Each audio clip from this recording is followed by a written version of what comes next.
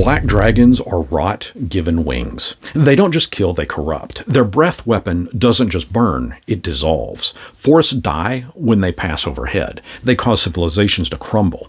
Their hordes aren't piles of treasure, they're monuments of ruin. GameMasters here, and with the release of Dragon Delves due out soon, I wanted to continue my coverage of dragons. Should you decide you want to really dive deep into their psyche, and go off the page from how they are presented in this book of adventures. Today, we are checking out the Black Dragon, which are the most sadistic of all chromatic dragons. Not the most powerful, they're not the most cunning, but they are the cruelest. A red dragon, for example, might destroy you just for being beneath it. A black dragon is going to keep you alive just so that you can watch everything around you that you love melt. I've got today's video sectioned off for DMs and for players. Now feel free to watch all of it, but our next section is going to be for the DM that wants to run a black dragon in their campaign, with the section after that designed for the players to survive it. Black dragons don't want gold. They want your legacy drowned in acid. What's more is that they want you to suffer. Black dragons are only truly happy once everything around has been rent asunder, leaving only ruins for them to rule over. They dwell in those swampy ruins as the noxious fumes from the swamp can help mask the stench of rot from its acidic breath weapon, and in the murky waters they will lay in wait for the unaware traveler to cross their path. They shape their swamps into graves for anyone foolish enough to challenge them. Black dragons have skeletal snouts, horn-crowned heads, and wings like rotting parchment. They are solitary, they are territorial, and they are utterly devoid of empathy. They live to dominate, to torment, and to ruin. They especially enjoy destroying symbols of beauty, elven ruins, old temples, anything noble or helpful. Older black dragons often move their lairs from the swamps they lived in during their younger years and into the crumbling remains of fallen civilizations that they helped fall. They don't forget, they don't forgive, and they do not fight fair. Dungeon Masters, this next section is specifically for you.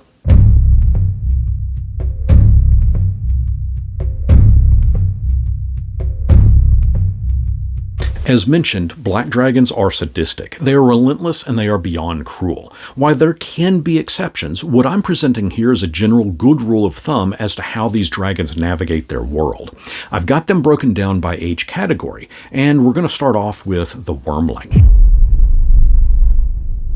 A black dragon wormling is barely the size of a horse, but already vile. They love ambushes. Expect them to strike from murky waters and disappear back into it before you can retaliate. All black dragons, regardless of age, are amphibious, allowing them to breathe both air and water, which is why battling one in a swamp is so risky, but especially when it's still a wormling, as it's still small enough to disappear completely under the water within that swamp. Their acid breath is deadly at this age, especially to unprepared parties. Being born in a clutch of eggs, black dragons hatch immediately on the hunt, generally hunting weaker creatures than itself, but it's also not uncommon for a black dragon wormling to hunt down its siblings and go for the kill, just so that it can place dominance over the rest. They take immense joy in playing with their prey, stalking them through the bogs and luring them into quicksand. Their acid breath deals 5d8 acid damage, and while it may not cover a massive area, that's more than enough to melt a fighter's shield, and their resolve. Dungeon Masters, when running a wormling, a black dragon, treat it like a horror movie monster that is trapped inside a child's body. It's not going to fight fair. It doesn't use a monologue or talk up a big speech. It attacks from the water and should leave the surviving members of the party wondering if they just imagined the attack that just happened or if it actually did just happen. It'll whisper to the party from the dense fog. It might leave dismembered animals strewn about just to disturb, but soon enough, that wormling begins to grow up. A young black dragon is now large, aerial, and deeply territorial. A young black dragon should know every inch of its swamp, use hit-and-run tactics, swoop, breath, vanish. Its paranoia makes it set up ambushes even when it's not necessary. It is no longer a predator, it is a tyrant. It wants tribute, obedience, and it wants to watch things around it suffer. Entire swamp communities may serve it, either in fear or because it has something that they want, but mostly because of fear. Young black dragons will often play the long game. It may kidnap a child, not for ransom, but to raise that child to be twisted and loyal. It may flood farmlands to both ruin a town's economy, but also to expand its swampy territory. This dragon talks, but it's more gloating and gaslighting. It may give the players riddles under the promise of safe passage, but then go back on that promise should the riddle be solved. Using this Age of Black Dragon should be done to provide and deliver exposition, but always ensure that the young black dragon's actions never make the players feel safe. For example, it may just breathe acid on a torchbearer mid-sentence just to remind the party of their place, or it may just as easily walk away from the conversation with a sly grin, again in mid-sentence, as it disappears into the foggy swamp, leaving everyone standing there wondering, well, what the hell just happened? And while they ponder what that was all about, that's when it will swoop down from above and bathe everything in acid. Of course, as the young black dragon matures, it will soon become an adult.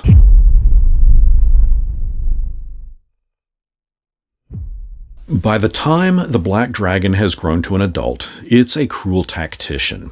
It won't fight unless it's sure it can win. Its lair is full of traps, illusions, and cursed relics. NPCs nearby have probably made uneasy deals with it, and by the time the players arrive, it's already going to know they're there. Everything in its swamp serves a purpose. A grove of twisted trees is there to cause the feeling of dread and compromise morale. A moss-covered stone is there to release poisonous gases when stepped upon. The will-o'-the-wisps are there to report back all of the goings-on in that swamp. It doesn't want to fight the adventurers, it wants to break them long before swords are even drawn. The adult black dragon is theatrical. It will leave messages carved into trees in a common language, giving rise to questions and confusion to the party. It will send nightmares to nearby sleeping villagers. It can mimic a loved one's voice while hidden in the fog to lure folks into its maw. If a cleric prays, the black dragon will be the booming voice that answers back. It might even offer the players information that they very desperately need, for a cost. What's worse, undead can also be found in the service of an adult black dragon, aiding them in spreading disease and ruin across the landscape, which is ideal for them because undead, they simply don't argue, which in turn feeds into the dragon's ego and bolsters its sense of command and control over its entire swampy lair. Of course, given enough time, the adult black dragon can become ancient. Ancient black dragons are no longer seen as monsters. They are an apocalyptic force that has ruined cities, watched empires fall, and they have learned every lie that mortals tell themselves. It has outlived kingdoms. Its hoard isn't made of gold, it's made of the crumbled remains of those kingdoms. This age of black dragon is myth, nightmare, and regional god. Let the land reflect the presence. Dead trees, acidic rain, whispers in the dark. It has spies, it has plans. It might lie to the players just to ruin them emotionally before the final blow. This dragon doesn't simply attack, it changes the overall campaign. Its presence warps the world. Its swamp is a dead domain at this point. Magic becomes twisted. Maps are completely useless. Those unfortunate enough to pass through an ancient black dragon swamp can go mad from the whispers that come from the fog. Even gods give distance here. A black dragon's lair is its swamp, and a heavy fog will cover the land out to about 1 mile from that lair. Water in that area is always considered supernaturally fouled. Anything drinking it is at risk of becoming poisoned. Now, while that last section was specifically for the DM to help flesh out the Black Dragon, I've also included some tips for the players should they decide to tempt fate and take on these cruel dragons.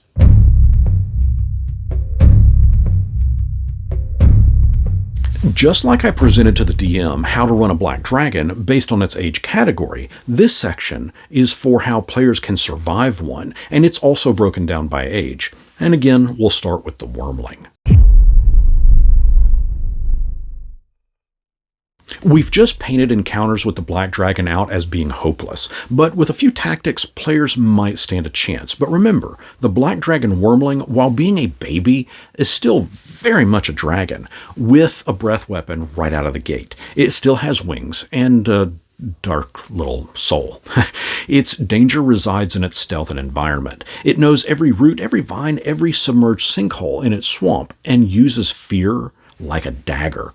To survive, you'll need to stay together. This is an instance in which you certainly do not want to split the party. Watch the water. Try not to move through it. Because of the Wormling's size and that it's amphibious, it can actually stay submerged while it waits for you to pass by and then strike out at you from the murky depths. Try to keep your back to solid ground if at all possible. Should you encounter one face-to-face, a Wormling dragon that is, talk first. They are curious and cocky. Consider that if you flatter one, it may show off its cockiness and possibly slip up, giving you just enough time to withdraw and escape, or come up with another plan. Young Black Dragons, on the other hand, think like mercenaries. Poison resistance, acid resistance, and water mobility are essential. Don't fight it in the swamp unless you have no choice. If you can, lure it into a place it doesn't control. Ruined towers, narrow cliffs. It loses a lot of its advantage. Remember, at this age, they have become airborne and arrogant. They see you either as food or as a toy. Its swamp is its lair, and it enjoys bending others to its will. You'll need to have a few points in survival skills, but some social cleverness, that won't hurt either. You'll want to control the location. Lure it out of the swamp if you can. Fighting it on open ground and away from its swamp robs it of its lair advantages. You can attempt to turn its enemies into your allies. What else lives in a swamp? Consider hags, swamp druids. Even cursed villagers are going to harbor hate towards this thing for the corruption that it has caused. And while those things may harbor ill will towards you, they are going to hate that Black Dragon even more. Use that to your advantage.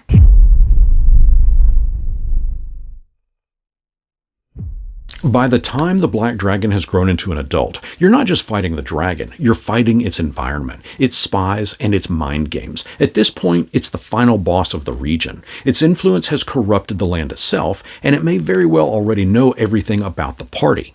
Direct confrontation is a death sentence without a plan. Track its patterns, interrupt its rituals, look for leverage in nearby NPCs. Trickery beats valor here. Weaken its defenses. First, kill its spies, collapse escape tunnels, make it feel vulnerable before you strike, but anticipate the fear it's going to emit. They have frightful presence that they can use. They exude a supernatural fear, so prepare spells and tactics that's going to resist and recover from the frightened condition, and whatever you do, never try to fight an adult Black Dragon directly in its lair. If you have no choice, then destroy what you can of the lair, but understand that that itself is going to be a challenge since the swamp is its lair. You could get creative and try to bring on a bigger threat. Forge signs that a rival dragon is encroaching upon its territory. Paranoia might make it act somewhat recklessly and give you a slight edge. An ancient Black Dragon, however, at this point, it's going to know your name before you meet. Consider social manipulation, or even feeding it false information. Make it question its dominance. Trick it into arrogance. And if you do fight it head-on, hit hard, fast, and never let it vanish into the fog. This dragon doesn't just rule the swamp. It is the swamp. You cannot go in blind. You'll encounter intricate traps from the very first step.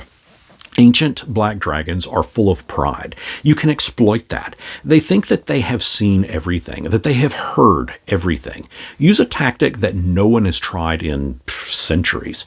Perhaps use an illusion from its past. Make it a bluff that the dragon cannot ignore. As to how you learn what that thing from its past could be, of course, is going to be a trick all unto itself. But if you can use illusions or decoys and distractions, then you may stand a chance at surviving. Now, I'm also going to list out for the players some tactical mistakes, ones that I've seen players attempt over the years at my table. And DMs, don't hate on me for giving this information away. Let it become possible rumors that your players may hear while at a tavern one evening, or perhaps found in a loose page from a long-forgotten tome. Players, whatever you do, don't go rushing into a swamp without first researching. As we've discussed, black dragon wormlings are often found there, and because they can survive underwater without researching, well, that just spells doom. Mages, consider your fireball spell carefully. A swamp is a vast, wet place. While the initial impact can certainly cause some immediate damage, the fireball itself is not going to last too long in those damp conditions, and not to mention that the noxious fumes and poisonous gases could easily ignite the air around you. We said this earlier, but it bears repeating. Do not split the party, especially in a swamp. Don't assume that the black dragon is unintelligent. It's beyond wicked smart and will have superior tactical advantage in its swamp. You'll need as much acid resistance or immunity that you can find.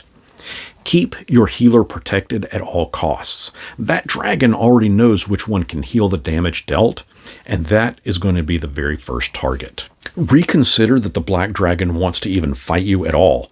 It doesn't. It wants to ruin you. Should you encounter one up close and it smiles without showing its teeth, that's not it being calm. It's calculating. If it refers to your paladin as being idealistic, that's not a compliment. It flat out means your paladin is the target. Should the black dragon insist that you lead the way, it's simply choosing which of you it's going to strike first. If the swamp around you suddenly goes silent, you're already dead. It's either going to rise up from the depths of the water or swoop down from above. Should it begin to speak in past tense, run. It's already decided that you are history. If you hear a loved one's voice from the fog, that's not an illusion. That's the dragon playing into its cruelty. Black dragons, regardless of age, are a complex creature for the DM to run, but also for the players to survive. They are not mindless sacks of meat with concentrated acid for breath weapons. They are sneaky, conniving, and cruel. It's going to take everything you have to survive one. To that end, I've got a question for all the Dungeon Masters and players watching. But first, I want to thank everyone for watching today's video. I only ask that if you got anything out of it, to please consider giving it a thumbs up, as that helps to spread it out to other eyes. And please subscribe if you enjoy this kind of video. I've got several more planned, and I'd love for you to get the notification that they're out there. I also need to thank my YouTuber members and Patreon subscribers, as their contributions to the channel made it so that I didn't need to take on any sponsored ads for today's video, which, I mean, doesn't everyone generally skip all those anyway? If you'd like to check out in becoming a supporter, I'll leave links down in the description as well as down below me here. I'd also like to invite everyone watching to check out my GameMasters Discord. We have got a fantastic community growing that spans the globe, and we get into some very fun chats about all kinds of games, mostly role-playing games, but other games too. And I'll leave a link for that down below in the description as well. Black dragons don't want to rule the world. They want to break it. They want to melt it. To that end, I've got two questions. One for the DM, one for the players. DMs, what would your black dragon whisper into a hero's mind? Not to frighten them, but to make them break. Players, when the swamp itself begins to whisper your name and introduce thoughts into your mind, how far are you willing to go to stop something that only sees you as fertilizer? Will you stand your ground, or will you research before you attempt an encounter with a black dragon? Let me know your answers down in the comments, and until next our paths cross, may you never know the cruelty that a swamp can bring you. Oh, and if you want to know everything about red dragons, Be sure to watch this video next.